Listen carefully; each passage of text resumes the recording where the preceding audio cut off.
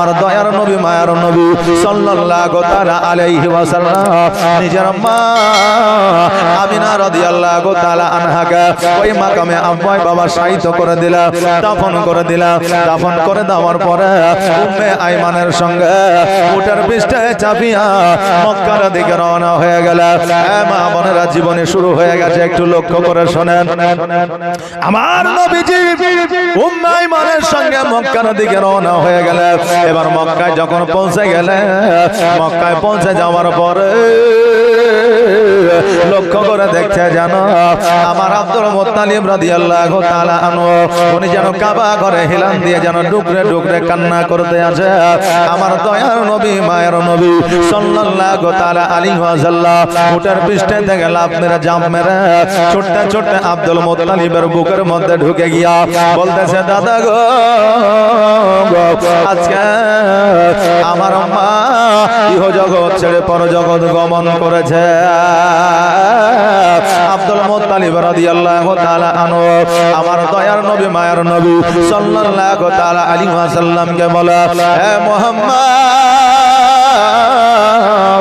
আজকে যেই দিন মা আমিনা রাদিয়াল্লাহু তাআলা আনহা আমার বাড়ি থেকে বার হয়ে গেছে, আমি সেই দিনই বুঝে গিয়েছি আমিনা আর বাড়ি ফিরে আসবে না। কেন না? আমার বেটা আব্দুল্লাহ জীবনে কোনোদিন ব্যবসা বাণিজ্যে যায় না, যেই ব্যবসা বাণিজ্যে গেল আর ফিরে আসলো না। আমার মা আমিনা যখন বাড়ি থেকে বার হয়ে গেল, আমি ভেবে নিয়েছিলাম, জেনে গিয়েছিলাম যে আমার বৌমা আমিনা আর বাড়ি ফিরবে না। নবী আমার বলে, দাদা গো, আজকে আমার আম্মাও না, আজকে আমার আব্বা না, আজকে আমি নবী বড় এতিম হয়ে গেলাম। দাদা, আজকে আমাকে কে গোসল বানায় দিবে? আজকে আমাকে খাওয়া দাওয়া কে করায় দিবে? আজকে আমার মাথায় তেল কে দিয়ে দিবে? আজকে আমাকে কে পোশাক পরিধান করায় দিবে? তখন দাদা, আজকে আমাকে গলিতে গলিতে চারটা খাবারের জন্য ঘুরতে হবে, বেড়াইতে হবে। আব্দুল মুত্তালিব বলে, ভাই রে, আমি আব্দুল মুত্তালিব যতদিন পর্যন্ত হায়াতে আছি, আমি আব্দুল মুত্তালিব যতদিন পর্যন্ত জিন্দা আছি, প্রাণে বেঁচে আছি, ততদিন পর্যন্ত নবী গো, তোমার কোনো অসুবিধা হইতে দিব না। তোমার কোন রকমের অসুবিধা আমি হইতে দিব না। আমার আব্দুল মুত্তালিব রাদিয়াল্লাহু তাআলা আনহু আমার নবী মুস্তাফা সাল্লাল্লাহু তাআলা আলাইহি ওয়াসাল্লামকে সঙ্গে করে নিয়ে বাড়ির মধ্যে গেল। বাড়ির মধ্যে যাওয়ার পরে দেখে নবী আমার সর্বদা যেন কান্না করে, চোখ দিয়ে যেন পানি ঝরে যায়। আরে আমার মা বোনেরা, ভাইরা, আজকে যাদের মা নাই, যাদের আব্বা না, তারা জানে আব্বা মায়ের ব্যথা বেদনা কতটা। যারা মা বাবার কোলে লালিত পালিত হয়েছে, আজকে তারা মরা পর্যন্ত ওই মা বাবার কথা ভুলতে পারবে না। আব্বাজি মায়েরা, আমার দয়ার নবী মায়ার নবী সাল্লাল্লাহু তাআলা আলাইহি ওয়াসাল্লাম অঝর নয়নে কান্না করে, সর্বদা চোখ দিয়ে পানি ঝরা। আমার আব্দুল মুত্তালিব রাদিয়াল্লাহু তাআলা আনহু বলে, এ ভাই, তুমি যদি এইভাবে সর্বক্ষণ কান্না করো, তোমার শরীরটা খারাপ হয়ে যাবে, তোমার রোগ হয়ে যাবে, ব্যাধি হয়ে যাবে। অতএব তুমি কান্না আর করিও না। আমার নবীজি বলে, দাদা গো, আমার না জানি কেন কান্না বন্ধ হয় না। রাত্রিবেলায় আব্দুল মুত্তালিব রাদিয়াল্লাহু তাআলা আনহু আমার নবী মুস্তাফা সাল্লাল্লাহু তাআলা আলাইহি ওয়াসাল্লামকে নিয়ে বাবা শুয়ে আছে। মধ্যরাত্রিতে আব্দুল মুত্তালিব যখন ঘুম থেকে উঠেছে, দেখছে যেন আমার নবী যে 6 বছরের সন্তান, নবী যেন মা মা বলে কান্দে। নবী যেন ঘুমায়নি, নবীর দুই চোখ দিয়ে পানি ঝরিয়া যেন বালিশটা ভিজে গিয়েছে, নবীর দুই চোখ দিয়ে পানি ঝরিয়া যেন বিছানাটা ভিজে গিয়েছে। সঙ্গে সঙ্গে আব্দুল মুত্তালিব আমার নবীকে বুকের মধ্যে জড়াইয়া নিলেন। জড়াইয়া নেওয়ার পরে বলে, এ ভাই তুমি আর কান্না করিও না, তোমার চোখে আর পানি আমি দেখতে চাই না, কেননা তোমার কান্না দেখলে আমি আব্দুল মুত্তালিব সহ্য করতে পারি না। আজকে তুমি যদি এইভাবে কান্না করো, তোমার শরীরটা দুর্বল হয়ে যাবে, তোমার শরীরে রোগ চলে আসবে, তোমার শরীরে ব্যাধি চলে আসবে। মোহাম্মদ তুমি আর কান্না করিও না। নবী আমার বলে, দাদা গো আমি এত চেষ্টা করে কান্না করব না, তবুও আমার মায়ের কথা মনে পড়ে যায়, আর আমার মায়ের কথা যখন মনে পড়ে যায় আমার কান্না বন্ধ হয় না। আব্দুল মুত্তালিব আমার নবীকে বোঝানোর চেষ্টা করলে, কিন্তু আমার নবীজি যেন বুঝতে চাই না। মা মা মা বলে কেন্দে কেন্দে যেন সারা রাত বুক ভাসায়া দিয়েছি। সকালবেলা আব্দুল মুত্তালিব রাদিয়াল্লাহু তাআলা আনহু কিছু খাবারের ব্যবস্থা করিয়া আমার নবীজিকে ডাক দেয়, নবী গো আসো আমি তোমাকে কিছু খাবার খাওয়াইয়া দিই। আজকে খাবার যদি তোমাকে না খাওয়াইয়া দিই, আজকে তোমার শরীরটা দুর্বল হয়ে যাবে। বাবাজি ভাইরা, আগে যদি কারো বাড়িতে মারা যেত, কেউ যদি ইন্তেকাল করত, তার বাড়িতে চুলা জ্বলতো না, তার বাড়িতে খাবার দাবার হইতো না। আজকে তার বিবিকে, তার সন্তানকে, তার স্বামীকে, তার ভাইকে, তার বোনকে, তার মা বাবাকে গ্রামের মানুষ বুঝাইয়া খাওয়া দাওয়া করাইতো। আর এখন বর্তমান বাবা আমরা আপডেট হয়েছি, এখন মারা গেলে মোবাইলে 2খানা 4খানা ছবি তুলে নিলাম, কান্না তো দূরের কথা, 1 ঘন্টা পার হইলে গোস্ত দিয়ে ভাত রান্না করে খাইলাম। বাবা যে ভাইরা, আমরা এমন আপডেট হয়েছে রে বাবা, যে আপডেটে আমাদের কোনো লাভ হচ্ছে না। আমাদের এমন আপডেট হতে হবে যেই আপডেটে আমরা মুমিনত্ব অর্জন করতে পারবো, যেই আপডেট হলে মুসলমানের উপকার হবে, যেই আপডেট হলে জনসাধারণের ভালো হবে, যেই আপডেট হলে আজকে আমাদের যে সামনে প্রজন্ম আসছে, বাচ্চারা আসছে, তাদের ভবিষ্যৎটা ভালো হবে। কিন্তু আমরা এমনই আপডেট রে বাবা, আমরা পোশাকে আপডেট হয়েছি, মোবাইলে আপডেট হয়েছি, আমার কাছে টাকা থাক আর না থাক, স্যামসাং আলট্রা 25 নাকি বলছে, হ্যাঁ স্যামসাং আলট্রা 25 বাবা কিস্তির মাধ্যম দিয়ে চলে আসছি, অ্যাপল ফোন কিস্তির মাধ্যমে নিয়ে চলে আসছি। আর আসার পরে আমরা মানুষকে দেখাইতেছি এটারই নাম কি আমাদের আপডেট। বেরাদার, আগে মানুষ রাস্তাঘাট দিয়ে চলাফেরা করতো, কোনো অসুবিধা হতো না, আর ওই সমস্ত রাস্তাঘাট গুলো এখন পাকা হয়েছে, পিচ হয়েছে, আমাদের ইট হয়েছে, কিন্তু তবুও ওই রাস্তা দিয়ে আমাদের এখন শান্তি ভাবে চলতে পারি না। কেননা আজকে দেখবেন মানুষ সমস্ত জায়গা ফেলে দিয়ে রাস্তার উপরে বাড়ি করতে আসে, খারাপ লাগলেও এটাই বাস্তব। রাস্তার উপরে বাড়ি করছে, রাস্তার জায়গাগুলো ঘিরে নিচ্ছে, যত সমস্ত আপনার ময়লা আছে, আবর্জনা আছে, সব কিছু রাস্তার মধ্যে ফেলছে। এতে মানুষের চলাফেরা অসুবিধা হচ্ছে। দেখবেন রাস্তার উপরে মানুষ দাঁড়িয়ে থাকছে, সরবার কোনো প্রয়োজন মনে করছে না।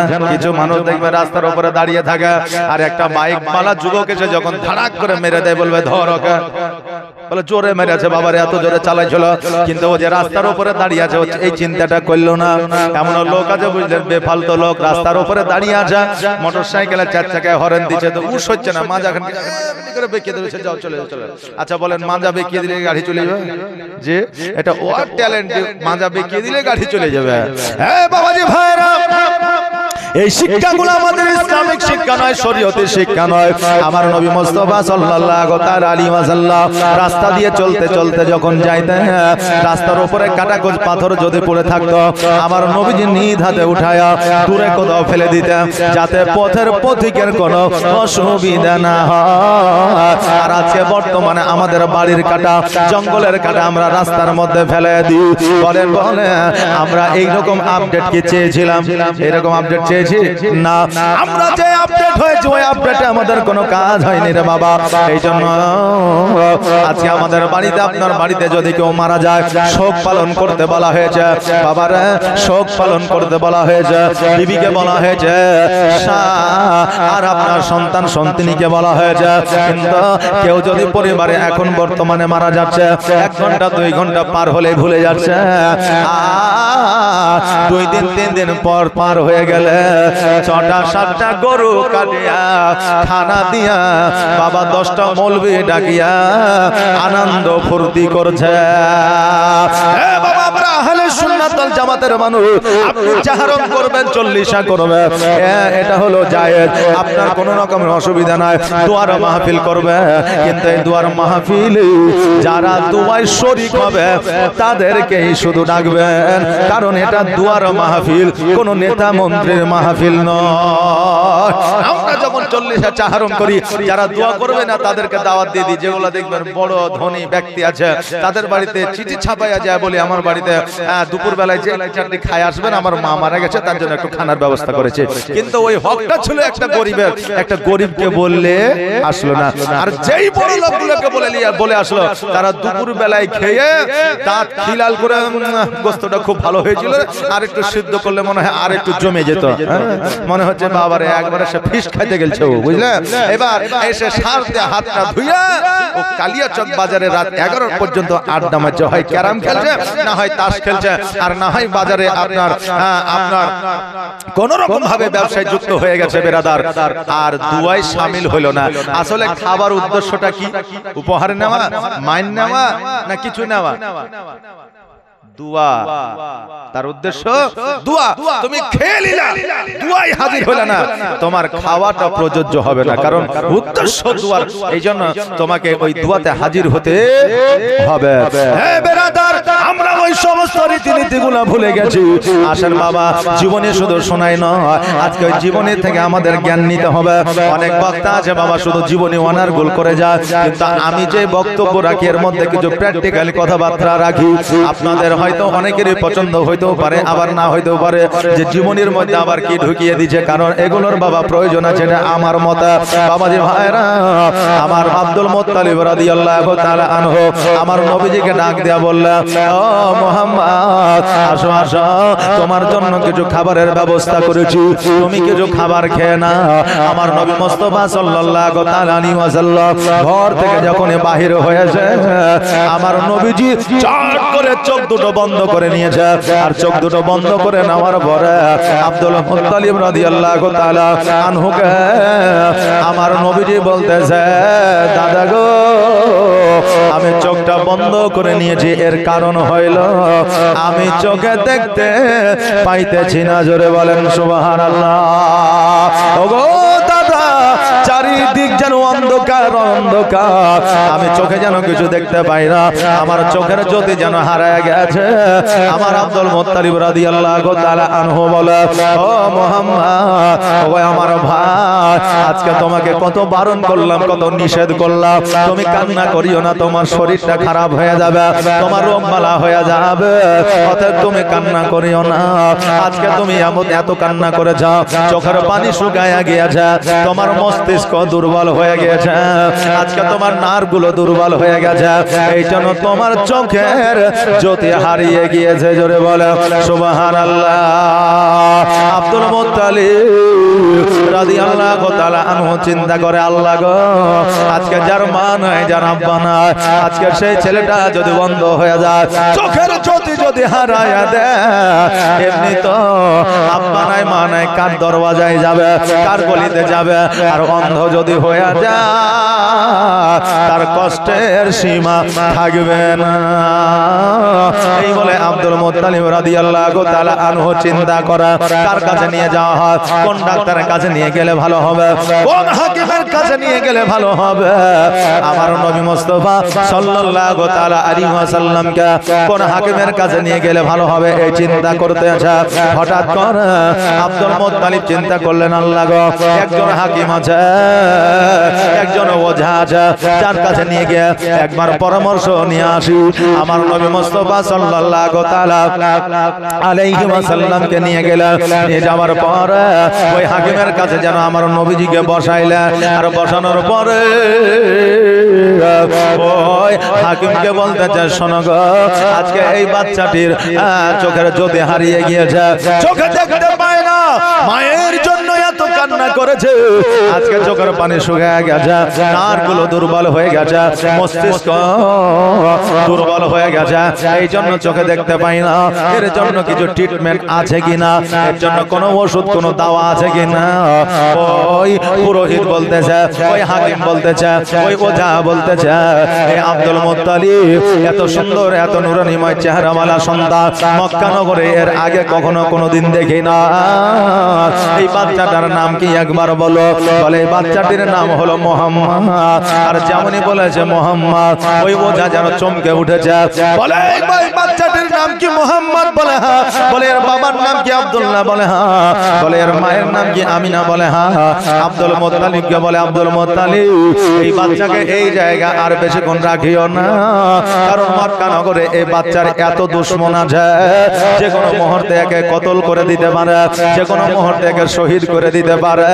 এই জন্য এই জায়গায় আর না রাখিয়া একে তোমার বাড়িতে জলদি করে নিয়ে যা।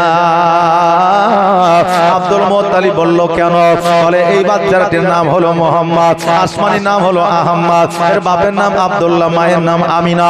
আমি তাওরাত ইনজিল জুবুরে পড়েছি, এমন একটা ধর্ম নিয়ে আসবে, যেই ধর্মটার নাম হবে ইসলাম ধর্ম। ইসলামের প্রচার ও প্রসার করবে। এই জন্য যারা বেধর্মিক আছে, যারা ইহুদি আছে, যারা কাফের আছে, যারা নাসারা আছে, তারা আর প্রাকৃতিক ভাবে দুশ্মন হয়ে আছে, যে কোনো মুহূর্তে আক্রমণ করতে পারে। এই জন্য তুমি তাড়াতাড়ি করে বাড়িতে নিয়ে যাও। আব্দুল মুত্তালিব বলে, শোনো গো, আজকে যদি একে বাড়িতে নিয়ে যাওয়া হয়, আজকে তার চোখের জ্যোতি কেমন করে ফিরে পাবো? ওই হাকিম বলতেছে, আব্দুল মুত্তালিব, তোমার পোতা মুহাম্মদ আজকে শুধু জগতের নয়, সারা আসমান জমিনের ডাক্তার, ডাক্তারেরও ডাক্তার, অতএব কোনো ওষুধের প্রয়োজন হবে না, বাড়িতে নিয়ে যাবা। আর বাড়িতে নিয়ে যাওয়ার পরে ওই বাচ্চার থুতু মুবারক লইয়া ওই বাচ্চার চোখের মধ্যে লাগাইয়া দিবে। আর চোখের মধ্যে যখন লাগাইয়া দিবে, ওই বাচ্চার চোখের জ্যোতি আবার পুনরায় ফিরে পাবে। আব্দুল মুত্তালিব রাদিয়াল্লাহু তাআলা আনহু আমার নবী মুস্তাফা সাল্লাল্লাহু তাআলা আলাইহি ওয়াসাল্লামকে সঙ্গে করে নিয়ে বাড়িতে আসলেন। বাড়িতে আসার পরে আমার নবী মুস্তাফা সাল্লাল্লাহু তাআলা আলাইহি ওয়াসাল্লামকে দাঁড় করায় দিলেন। আর দাঁড় করায় দেওয়ার পরে আমার নবী মুস্তাফার থুতু মুবারক নিয়ে ও আমার নবী মুস্তাফার চক্ষু মুবারকে লাগায়া দিলেন। আর চক্ষু মুবারকে লাগায়া দেওয়ার পরে বলে, মুহাম্মদ, এবার আস্তে আস্তে তোমার চোখটা খোলো। আমার নবীজি যখন ধীরে ধীরে আস্তে আস্তে চোখ দুটো যখন খুললে, খোলার পর আমার নবীজি বলতেছে, ওগো দাদা যাও, আমি মুহাম্মদ বলতে আছি, আমি চোখে যেমন আগে দেখতেছিলাম, খোদার কসম করে বলি, এখন তার চাইতে দ্বিগুণ ভালো দেখতে পাই। জোরে বলুন সুবহানাল্লাহ। আমার নবীর থুতুর পাওয়ার যদি এত হইতে পারে, আমার নবীর পাওয়ার কত ছিল। আব্দুল মুত্তালিব তালিব রাদিয়াল্লাহু তাআলা আনহু বলে, ভাই মুহাম্মদ তুমি আর কান্না করিও না, চোখের পানি ফেলাইও না। আজকে তুমি যদি কান্না করো, তোমার চোখের যদি এবার হারায়া যায় আর হয়তো ফিরে পাওয়া যাবে না। অতএব তুমি আর কান্না করিও না, তুমি চিন্তা করিও না। আমি আব্দুল মুত্তালিব যতদিন পর্যন্ত বেঁচে আছি, হায়াতে আছি, ততদিন পর্যন্ত তোমার কোনো অসুবিধা হইতে দিব না। আমার দয়ার নবী, মায়ার নবী সাল্লাল্লাহু তাআলা আলাইহি ওয়াসাল্লাম বলে, দাদা গো, আমার মা সর্বদা যেন আমার চোখের সম্মুখে আছে। আমার মাকে এত স্মরণে আসে, এত মনে পড়ছে যে আমার মাকে একটা সেকেন্ডের জন্য আমি নবী যেন ভুলতে পারছি না। তোমার স্মৃতি আজ বারে বারে কেন যে পড়ছে মনে, তোমার মায়াবী মুখটা মাগো ভাসছে শুধু দুনয়নে, ভাসছে শুধু দুনয়নে। তোমার স্মৃতি আজ বারে বারে কেন যে পড়ছে মনে,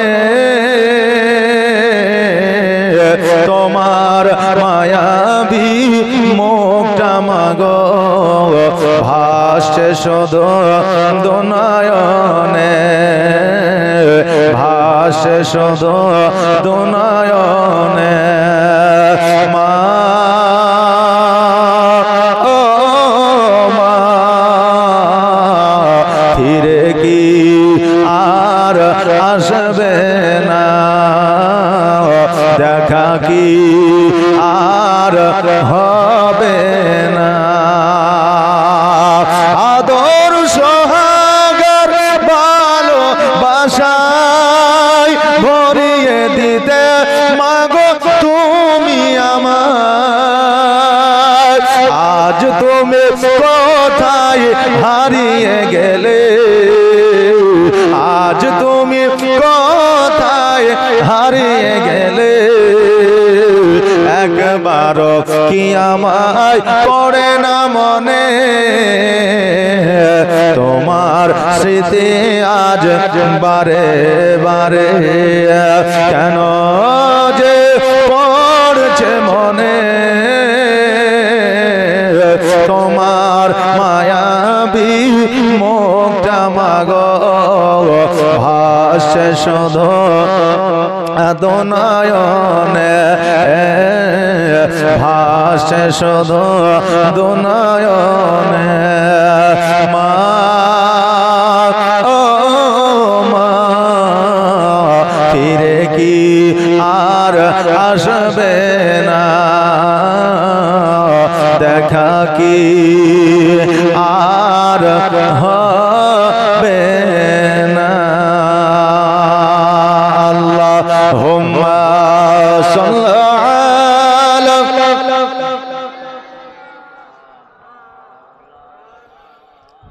মুহাম্মাদ ওয়া আলা আলি মাওলানা মুহাম্মাদ।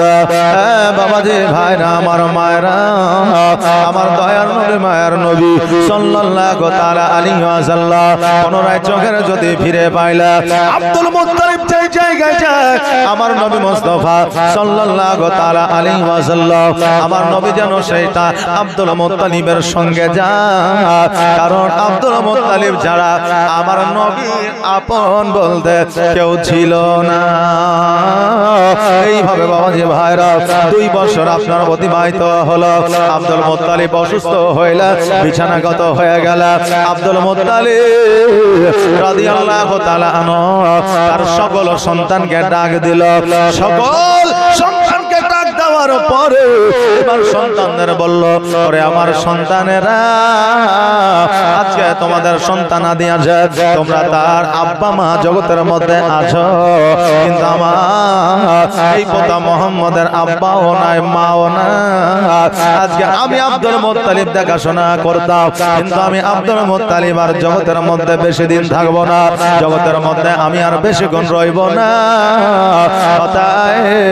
তোমরা কে আছো আমার এই পোতা মোহাম্মদের দায়িত্ব খানা নেবে?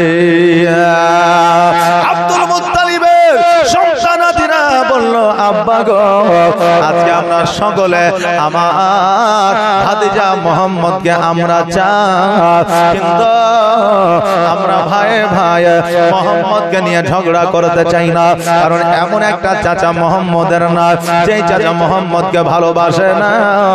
আমরা সকলেই তাকে ভালোবাসি, কিন্তু আব্বা গো, আজকে আমার কাছে থাকলে আমার মেজ ভাই হয়তো দুঃখ পাবে, আমার মেজ ভাইয়ের কাছে থাকলে আমি হয়তো দুঃখ পাবো। ওই আব্বা, আজকে তুমি এলান করে দাও আমার ভাতিজা মোহাম্মদকে কার কাছে রাখা হবে? আব্দুল মুত্তালিব বলে, আমার সন্তানেরা শোনো, তোমরা কে সবচাইতে ভালো দেখাশোনা করবা তোমরা একবার বলো, আমি তার কাছে রেখে যাব। সঙ্গে সঙ্গে আবু তালেব বলল, আব্বা গো, যদি তোমার কোনো আপত্তি না থাকে, যদি আমার ভাইদের কোনো আপত্তি না থাকে, আমি মোহাম্মদকে আমি নিজে লালন পালন করব, আমার নিজের সন্তানের মতো করে লালন পালন করব, আমার নিজের সন্তানের মতো করে দেখভাল করব। ওই আবু তালেবের বিবির নাম ছিল ফাতেমা, ওই ফাতেমা দায়িত্ব খানা নিল যে আমার সন্তানের মতো করে মোহাম্মদকে দেখব। আব্দুল মুত্তালিব রাদিয়াল্লাহু তাআলা আনহু আবু তালেবের কথা শোনার পরে যেন নিজের মনকে সান্ত্বনা দিল, যাই হোক আমার মোহাম্মদের আর কোনো অসুবিধা হবে না। আবু তালেব আমার নবীজিকে বুকে টানিয়া ধরলে, বুকের মধ্যে জড়ায়া ধরলে, আমার আব্দুল মুত্তালিব দেখতে পাইলেন, জানতে পারলেন। এবার আব্দুল মুত্তালিব রাদিয়াল্লাহু তাআলা আনহু নো টেনশনে, না চিন্তা, আব্দুল মুত্তালিব রাদিয়াল্লাহু তাআলা আনহু একদিন ইহ জগৎ ছেড়ে পর জগৎ গমন করলেন। একবার আওয়াজ দিয়ে বলেন, ইন্না লিল্লাহি ওয়া ইন্না ইলাইহি রাজিউন। বাবাজি ভাইরা, আমার আব্দুল মুত্তালিব রাদিয়াল্লাহু তাআলা আনহু কবরে যখন শায়িত হয়ে গেলেন, আমার নবীজি চাচা আবু তালিবের কাছে লালিত পালিত হইতে লাগলেন। চাচা আবু তালিব ভালোবাসা দিতা, চাচি ফাতেমা বাবা আপনার আদর স্নেহ মায়া মমতা দিতা। আমার নবীজিকে না খাওয়ায় আবু তালিব খাইতো না, নবীজিকে না খাওয়ায় চাচি ফাতেমা খাইতো না। বাবা যে ভাইরা, এবার আমার আপনার প্রশ্ন আসতে পারে, তবে আবু তালিব আমার নবীজির বিপক্ষে কথা বলেছিলেন, ইতিহাসের পাতায় দেখা যায়, কিন্তু আপনি এই জায়গায় এত মহব্বতের কথা বলছেন, কারণটা কি? বাবারা, আপনাদেরকে ভালো করে বুঝায় দিয়া যায়, আমার নবী যেই দিন থেকে ইসলামের প্রচার শুরু করেছিলেন, যেই দিন থেকে আবু তালেবের কানে খোঁজ আসিল মোহাম্মদ নতুন একটা ধর্ম নিয়ে এসেছে, যখন আমার নবীজির যখন দুশমন তৈয়ার হয়ে গেল, তখন আবু তালেব আমার নবীজির বিরোধিতা করেছিল, এটা ঠিকই, কিন্তু নবীকে ভালোবাসতো না, এটা কিন্তু বাবা নয়। ওই আবু তালেব এবার বাবা নবীজিকে যেন নিয়ে সঙ্গে সঙ্গে ঘুরতে আরম্ভ করলো। আমার নবীজিকে আবু তালেব বাবা ভালোবাসতো।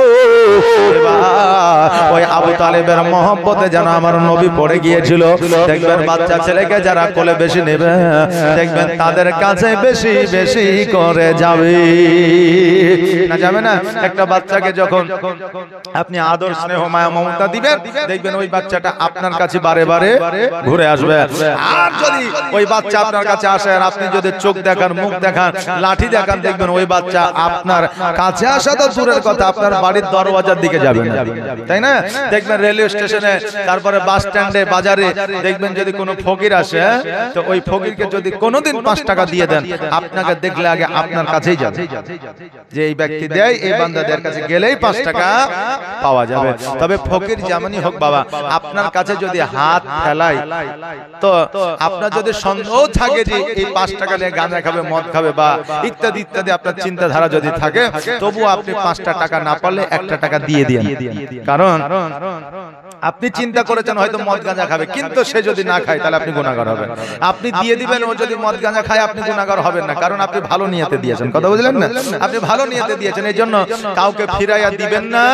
যতটুকু পারবেন আপনি 1 টাকা পারেন 1 টাকা দিবেন, 5 টাকা পারেন 5 টাকা দিবেন, 10 টাকা পারেন 10 টাকা দিবেন। কারণ এটা আপনার সৌভাগ্য যে কেউ আপনার কাছে হাত ফেলাচ্ছে, আপনি কারো কাছে ফেলাচ্ছেন না। কথা বুঝতে পারলেন না বাবজি ভাইরা, আমার মায়েরা? তাই দেখবেন যে যাদেরকে আদর স্নেহ মায়া মমতার যত্ন দিবেন, সেই জায়গাতে দেখবেন ওই বাচ্চা আসবে। আজকে আমি জীবনী বক্তা, আপনাদের মালদাহে বহু জায়গায় জীবনী করেছি এই বয়সে, অনেক জায়গায়। জি, তো দেখবেন যে জায়গায় বেশি ভালোবাসা পেয়েছি, মহব্বত পেয়েছি, সেই সমস্ত জায়গাগুলোর আশপাশে জালসা হলে একবার না একবার মোটামুটি দেখা করতে যায়, চাই কমিটির সঙ্গে হোক, গ্রামের সঙ্গে, গ্রামবাসীদের সম্মুখে হোক, বা যার সঙ্গে হোক, একবার গেলে সাক্ষাৎটা করে আসি যে না এরা মহব্বত করেছে, ভালোবাসা দিয়েছে। হ্যাঁ, কেবিএসে একটা জায়গা আছে, ওখানে আমি পরস্পর 7 বছর জীবনী করেছি। যে কয় বছর বললাম? 7 বছর জীবনী করেছে। তো ওরা মনে হয় খবর পেয়েছে, বুঝলেন, যে আপনারা ফেসবুকে অনেকে ছাড়ছেন, ওরা খবর পেয়েছে। তো খবর পাওয়ার পরে আমার কাছে আজকে বহুবার ফোন এসেছে যে আপনি আসলেই বলবেন আমরা যাব। জি, আপনি আসলে বলবেন যে আমরা যাব, কিন্তু বাবা আমি তো 10টার সময় আসছি, 9:30টার সময় আসছি, তো ওর আগে কখন দেখবো কখন আসবে, কথা বলবেন না? তো বাবজি ভাইরা, 1 নম্বর কথা হলো মহব্বত। জি, 1 নম্বর মহব্বত। তো এই মহব্বতের কথা যখন বলছি, তো আমি মা বোনদের বলবো, মা গো, এই নবীর প্রতি মহব্বত রাখিয়ে একটু একটু করে আগিয়ে আসেন, আসেন মহব্বতে আগিয়ে আসেন। সুবহানাল্লাহ, সুবহানাল্লাহ। আসেন একটু তাড়াতাড়ি করে আসেন। হায় হায় হায়, মা বোনেরা, এটা শীতের দিন লয়, ঠান্ডার দিন লয়, নাকি বলে যে পাকা একবারে গলগলে গরমের দিন। হ্যাঁ, তো আমি বলবো মা একটু হেঁটে আসেন, উঠেন, দরকার হলে দেখবেন জায়গাটা হালকা হবে, একটু হাওয়া বাতাস পাবেন, হ্যাঁ, শরীরটাও বুঝলেন একটু ফ্রি হবে। আসেন, চলে আসেন মা, একটু চলে আসেন। সুবহানাল্লাহ, সুবহানাল্লাহ। একবার দরুদ শরীফ পড়েন, আল্লাহুম্মা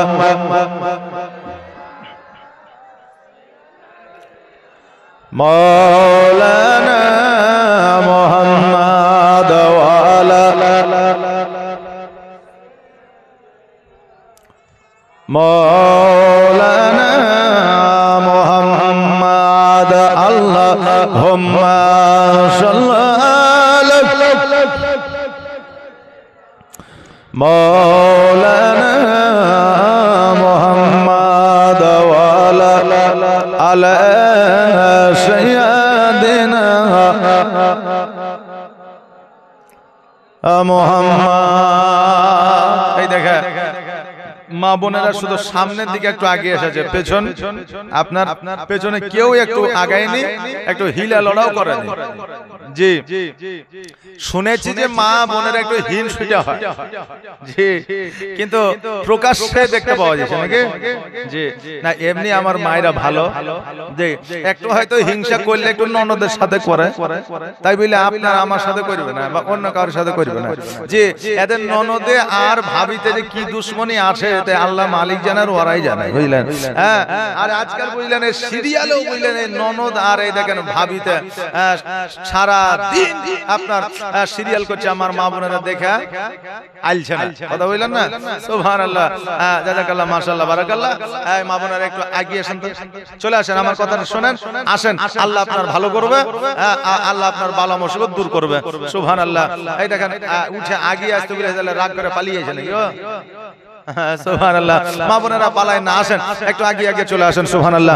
আর একবার মুহাম্মদের দরুদ পড়েন, জীবন শুরু হয়ে যাবে। আল্লাহুম্মা সাল্লি আলা মাওলানা মুহাম্মদ ওয়ালা মাওলানা মুহাম্মদ। বাবাজি, আমার ভাইরা, আমার দয়ার নবী, মায়ের নবী সাল্লাল্লাহু তাআলা আলাইহি আলাইহি ওয়াসাল্লাম বলে, চাচা গো আপনার সঙ্গে ঘুরে ঘুরে আপনার সঙ্গে বেড়াইয়া বেড়াইয়া, তবে আমাদের মতো ঘোরাঘুরি নয়। আমাদের যে বাচ্চারা ঘোরাঘুরি করে, মানে চাচা আইপিএল দেখে তো ভাতিজাও চলে গেছে, বুঝলেন না? চাচা আইপিএল দেখে তো ভাতিজাও চলে গেছে। এখন চাচার সঙ্গে বসে থেকে থেকে ভাইপো আইপিএল খেলাও দেখা শিখে গেছে। কি বললেন? ঈদের পরের দিন, আমার ঈদের পরের দিন থেকে জালসার দাওয়াত ছিল আপনাদেরই, কিন্তু সেটা 2 তারিখ করেছেন আপনারা। তো 2 তারিখ ভালো হয়েছে, কারণ যদি ঈদ যদি আবার 1 তারিখ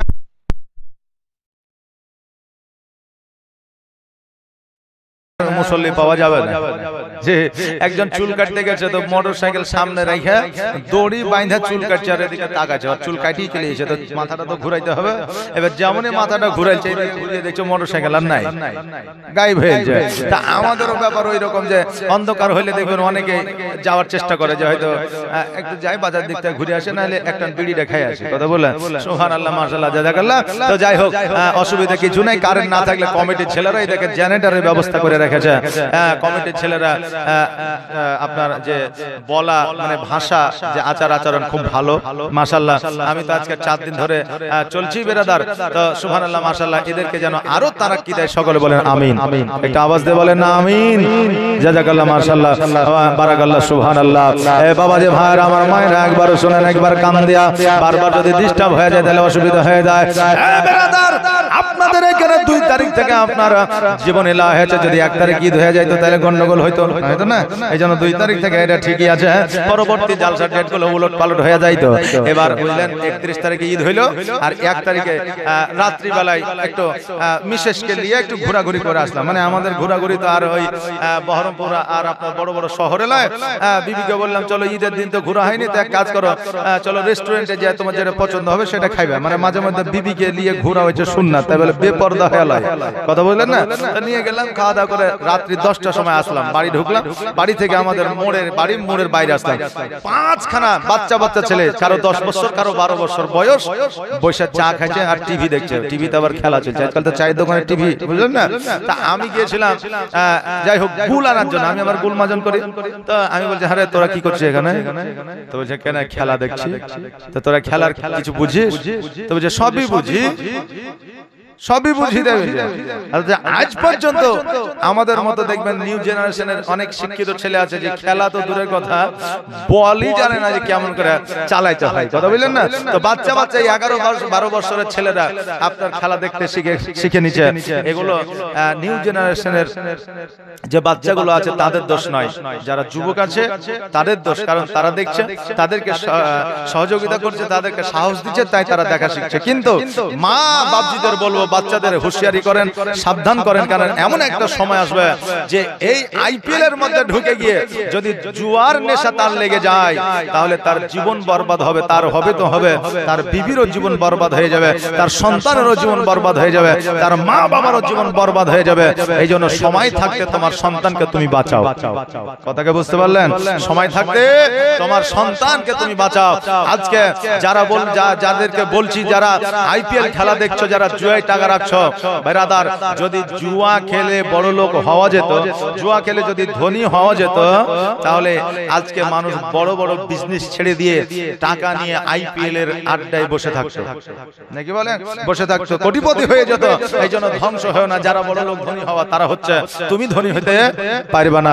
এটা বিশাল বড় একটা আপনার চক্রান্ত, আপনার কিছু কিছু যুবক ছেলেদের ধ্বংস করে দেওয়া। বেরাদার, আমি আপনাদের কথা বলে দিয়ে যাই, আমার নবীজি চাচা আবু তালেবের সঙ্গে ঘোরাঘুরি করেছে, কিন্তু আমাদের মতো আপনাদের মতো ঘুরে না। যখন ব্যবসায় গিয়েছে, নবী ঘুরেছে। যখন আপনার কোন জায়গায় কোন জিনিস ক্রয় করতে গেছে, আমার নবীজি গিয়েছে। আমার নবী মুস্তাফা সাল্লাল্লাহু তাআলা আলাইহি ওয়াসাল্লাম বলে, চাচা গো, এত আসবাবপত্র নিয়ে, আপনার উট নিয়ে, সমস্ত আপনার জামা কাপড় নিয়ে আপনি কোথায় রওনা দিয়েছেন? চাচা আবু তালেব বলে, ভাতিজা মুহাম্মদ, এইভাবে বাড়িতে বসে থাকলে তো জীবন যাবে না, এইভাবে বাড়িতে বসে থাকলে সংসার চলবে না, এইভাবে বাড়িতে বসে থাকলে অনন চলবে না। এই জন্য আমাদের কাজ হলো, কর্ম হলো দেশ থেকে বিদেশে যাইয়া বাণিজ্য করা। আজকে মক্কা থেকে আমরা মিশরে যাব বাণিজ্য করার জন্য, আর ওই বাণিজ্য থেকে 6 মাস পরে 3 মাস পরে ফিরে আসবো। আমাদের জিনিসপত্র গুলো বিক্রয় হলে ফিরে আসবো, পুনরায় তোমার সঙ্গে সাক্ষাৎ হবে। নবী আমার বলে, চাচা আপনি যদি চলে যাবেন মিশরে ব্যবসা করার জন্য, আমি নবী কার কাছে থাকবো, কোথায় থাকবো? অতএব চাচা আমিও আপনার সঙ্গে বাণিজ্যে যাইতে চাই। আবু তালিব বলল, শোনো রে, রাস্তাঘাটে পথে আর বাগানে জঙ্গলে কত জীবজন্তু থাকবে, জিন থাকবে, আপনার কত ঘোড়া থাকবে, উট থাকবে, কেউ যদি তোমাকে আক্রমণ করে দেয় আজকে আমি জবাব দিতে পারবো না, এই জন্য তোমাকে নিয়ে যাওয়া যাবে না। আমার নবীজি বাইনা ধরলেন, চাচা গো আমি আপনার সর্বদা সঙ্গে সঙ্গে থাকবো, আপনি আপনার কাছ থেকে আমি কোথায় যাব না। অতএব আমাকে ব্যবসায় নিয়ে চলেন, বাণিজ্যে নিয়ে চলেন। চাচা আপনি আমাকে পানি আনতে বলবেন, পানি এনে দেব, আপনি আমাকে জিনিসপত্র যোগাইতে বলবেন, যোগায়া দিব। চাচা গো আপনার কাজে আমি সহযোগিতা করব, আমাকে একটা বার সঙ্গে করে নিয়ে চলেন। চাচা আবু তালেবের বাবা মায়া হইল, দয়া হইল, ফাতেমাকে বলল, বিবি রে আজকে মুহাম্মদকে সাজায় দাও, সুরমা পরায় দাও, জামা পোশাক পরিধান করে দাও, আমি তাকে বাণিজ্যে নিয়ে যাব। আমার নবী মুস্তাফা সাল্লাল্লাহু আলাইহি ওয়াসাল্লামকে ব্যবসায় নিয়ে গেল। যেই ব্যবসায় যাওয়া আপনার 3 মাস 6 মাসের আপনার জিনিসপত্র ছিল, 1 মাসে বিক্রয় হয়ে গেছে। জোরে বলেন সুবহানাল্লাহ। এবার সবকিছু লইয়া একটা গাছের নিচে যেন আরাম করতে আছে, আর আমার নবীজির মুখমণ্ডলের উপরে যেন সূর্যের ছায়া পড়তে আছে। এটা আবু তালেব দেখলো, আর অন্যান্য ব্যবসায়ীরা দেখলো, মক্কার মানুষেরা দেখলো। কারণ আগে বাণিজ্যে গেলে কাফেলার সঙ্গে করে নিয়ে যেত, কাফেলা মানে দলবদ্ধ, যারা দলবদ্ধ হয়ে ব্যবসার জন্য বাণিজ্যের জন্য বিদেশে যায় সেগুলোকে বাবা কাফেলা বলা হয়।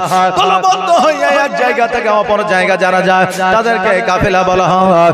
এবার সমস্ত মক্কা নগরের মানুষেরা ছিল, সবাই দেখলো আমার নবীজির মুখমণ্ডলের উপরে সূর্যের আলো পড়ছে।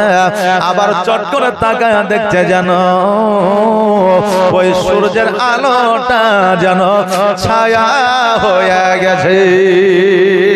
সূর্যের আলোটা পড়ছে ঠিকই, কিন্তু নবী মুস্তাফার মুখমণ্ডলটা ছায়া হয়ে আছে। এরা হতভম্ব হয়ে গেল, অবাক হয়ে গেল। নিশ্চয় জিনেদের আক্রমণ, নিশ্চয় জিনে আক্রমণ করেছে মুহাম্মদকে, কারণ তার নূরানীময় চেহারা, সুন্দর চেহারা। বাবা জিনেদের আক্রমণ, জিনেরা মানুষকে আক্রমণ করে। তাদেরকে দেখবেন যারা নাপাকে অবস্থায় বেশি থাকে, দেখবেন যারা দেখতে সুন্দর হয়, ভালো হয়, দেখবেন যারা আপনার তরু তাজা হয়, যাদের রং বালা কম হয়, দেখবেন জিনেরা তাদেরকে বেশি বেশি করে আক্রমণ করে। তবে সব চাইতে বেশি মহিলাদের আক্রমণ করে, সব চাইতে বেশি মা বোনেদেরকে আক্রমণ করে। কারণ আমার মা বোনেরাই বেশিরভাগে আপনার নাপাকি অবস্থায় থাকে, বেশিরভাগে আপনার কি বলে অপরিষ্কার হয়ে থাকে। বেরাদার মিল্লাত ইসলামিয়া, আর মা বোনেদের ভয় ডর বেশি, এই জন্য জিনেদের আক্রমণও বেশি। এখন হয়তো অত মা বোনদের মধ্যে জিনও নাই, আর জিনেদের অত অত্যাচার এখন আর নাই। আগে বললেন ওই কুল কুড়ানোর জন্য, আম কুড়ানোর জন্য জেলে আপনার ভুলিয়ে চলে যেত, এইগুলো ছিল না ছিল, কিন্তু এখন ওই সমস্ত কিছু আর নাই। বেরাদার, আগে মানুষ সচক্ষে জিন দেখেছে, এখন আর জিন দেখা যায় না। কারণ মানুষই এখন বললেন জিনের মতো কেরামতি শিখে গেছে। তো জিন বলছে আমার আর কাজ কি আছে, যে আমার আর কাজ কি আছে। জিনের এখন নিজে নিজের কাজ নিয়ে তারাও ব্যস্ত হয়ে গেছে। মানুষও যেমন ব্যস্ত, তারাও ব্যস্ত। এই মানুষকে জ্বালাবার মতো সময় তাদের কাছে এখন আর নাই।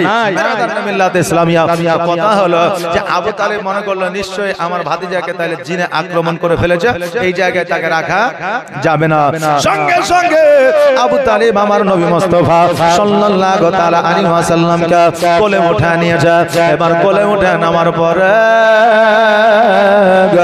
আমার নবীজির মাথার চুল মুবারক গুলো নাড়তে আছে।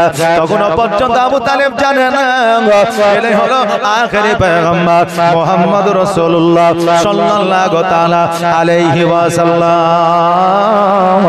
এবার ওই জায়গায় আরাম করতে আছে। কিছু মিশরীয় ব্যক্তি ওই পথ দিয়ে যাইতে আছে, তারাও যেন আরাম করার জন্য বসেছে। দেখবেন গরমের দিনে, রোদ্রের দিনে রাস্তার ধারে গাছপালা দেখতে পাইলেও অনেক মানুষ বিশ্রাম নেওয়ার জন্য বসে যায়। মিশরীয় ব্যক্তিরা বসে আছে। এবার জিজ্ঞাসা করে তোমরা কে গো, কোথা থেকে এসেছো? বলে আমরা মক্কা থেকে এসেছি বাণিজ্য করার জন্য। বলে বাচ্চাটিকে? বলে বাচ্চাটা হলো আমার ভাতিজা। বলে এত সুন্দর নুরানিময় চেহারা কোলের মধ্যে নিয়ে বসে আছো। বলে আজকে তাকে জিনে আক্রমণ করেছে। বলে বাচ্চাটির নাম কি? বলে বাচ্চাটির নাম হলো মোহাম্মদ। দেখবেন যে বাচ্চাগুলো দেখতে ভালো হয়, সুন্দর হয়। দেখবেন অনেকে গাল ধরে, নাক ধরে, কপাল ধরে, চুল ধরে, মাথায় হাত বুলায়া, কান ধরে, দেখবেন হাতখানা ধরে আদর করে।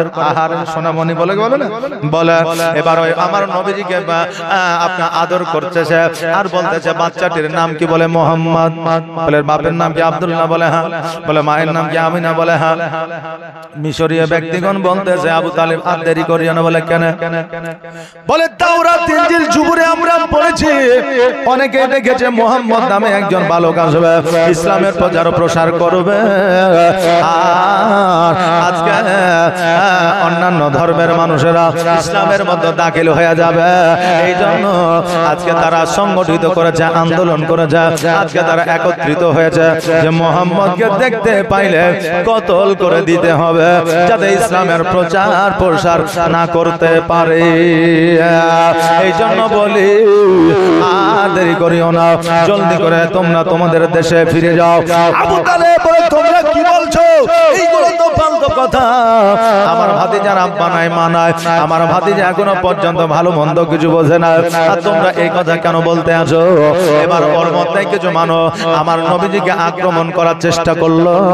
আবু তালেব আমার নবীজিকে বাঁচায়া সঙ্গে সঙ্গে ওই জায়গা থেকে বাড়ির দিকে রওনা হয়ে গেল। নবীজিকে বাড়িতে নিয়ে আসলে, নিয়ে আসার পরে আবু তালেব কোনো গুরুত্ব না দিয়া আমার নবী মুস্তাফা সাল্লাল্লাহু তাআলা আলাইহি ওয়াসাল্লামকে লালিত পালিত করতে আরম্ভ করলেন। নবী আমার যখন 18 বছরের যুবক হইল, চাচা আমির হামজা রাদিয়াল্লাহু তাআলা আনহু যেন সঙ্গ নিল।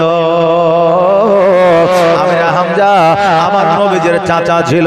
তবে বেরাদার অনেক জীবনের মধ্যে বলে চাচা আমির হামজা আমার নবীজির অভিভাবক ছিল। না না না, সেই সময় চাচা আমির হামজা আমার নবীজির আপনার অভিভাবক ছিল না। কারণ তখনও আমার নবীজি আবু তালেবের আইতেই ছিল। চাচা আমির হামজার কাছে যেতে আমার নবী পছন্দ করতো। জোরে বলেন সুবহানাল্লাহ। চাচা আমির হামজা আমার নবীজিকে বড় ভালোবাসতে, আর আমার নবীজি ইসলামের দামাত লইয়া চাচা আমিরে হামজার কাছে যাইতেন। জোরে বলেন সুবহানাল্লাহ। বাবাজি ভাইরা, আমার নবী মুস্তাফা সাল্লাল্লাহু তাআলা আলাইহি ওয়াসাল্লাম যখন বাবা 18 বছরের যুবক আবু তালেবকে বলতেছে ওগো আমার চাচা, আমির হামজাকে বলতেছে ওগো আমার চাচা, আজকে আমার যথেষ্ট বয়স হয়ে গিয়েছে, আজকে আমি যুবক হয়েছি, অতএব আমি কর্ম করতে চাই, কাজ করতে চাই, ব্যবসা বাণিজ্য করতে চাই। আবু তালেব বলতেছে এই সময় যদি তোমাকে ব্যবসা করতে দিই, বাণিজ্য করতে দিই, যদি বিদেশে পাঠায় দিই, কর্মে যদি রত কইরা দিই, আজকে মক্কার মানুষেরা বলবে দেখ রে দেখ, যারা আজকে মা নাই বাপ নাই তাকে দিয়া কাজ কর্ম করাইতে আছে, আমরা বড় লজ্জায় পড়ে যাব। দেখবেন কারো বাড়িতে যদি এতিম থাকে, ওই এতিমকে লেখাপড়া করে যদি মাস্টার করে দেন তোও দোষ। আবার যদি সে ক্লাস 4-5 এ পড়া ছেড়ে দিয়ে যদি বিদেশে চলে যায় তাও দোষ। কথা বললেন না? বলে যদি আপনার মাস্টার কোর্স কমপ্লিট করে তার বাপ মা যদি না থাকে, চাচা চাচির কাছে থেকে, তো পাড়া প্রতিবেশী উদাহরণ দেয়, দেখ ওর বাপ নাই মা নাই, চাচা চাচি এত অবহেলা করে তাও মাস্টারি কোর্স কমপ্লিট করলো, আর তোর বাপ মা থাকতে টাকা পয়সা দিচ্ছে তাও কোর্স কমপ্লিট করতে পারছিস না। বলে কে বলে না? বলে। আবার 4-5 পর্যন্ত পড়ে যদি কাজে চলে যায় তাও বলবে যে দেখ বাপ মা নাই, চাচা চাচি ফুপা ফুপি দেখতে পারেনি, তার জন্য ছেলেটা কত কষ্ট করে কাজ করে খেয়েছে। জি এই কথা বলবে না? বলবে না? অনেকেই বলে। এই জন্য বাবা এতিম যারা লালন পালন করে এদেরও খুব কষ্ট হয়, আর এতিমেরও খুব কষ্ট হয়। এই জন্য তো আমার আল্লাহ তাবারাক তাআলা রাসূল সাল্লাল্লাহু তাআলা আলাইহি ওয়াসাল্লাম বলেছেন, একটা এতিমকে টাকা পয়সা ধন সম্পত্তি দিয়ে যদি সহযোগিতা না করতে পারো, একটা এতিমের মাথায় যদি একবার হাত বুলিয়ে দাও, আমার আল্লাহ তাবারাক তাআলা একটা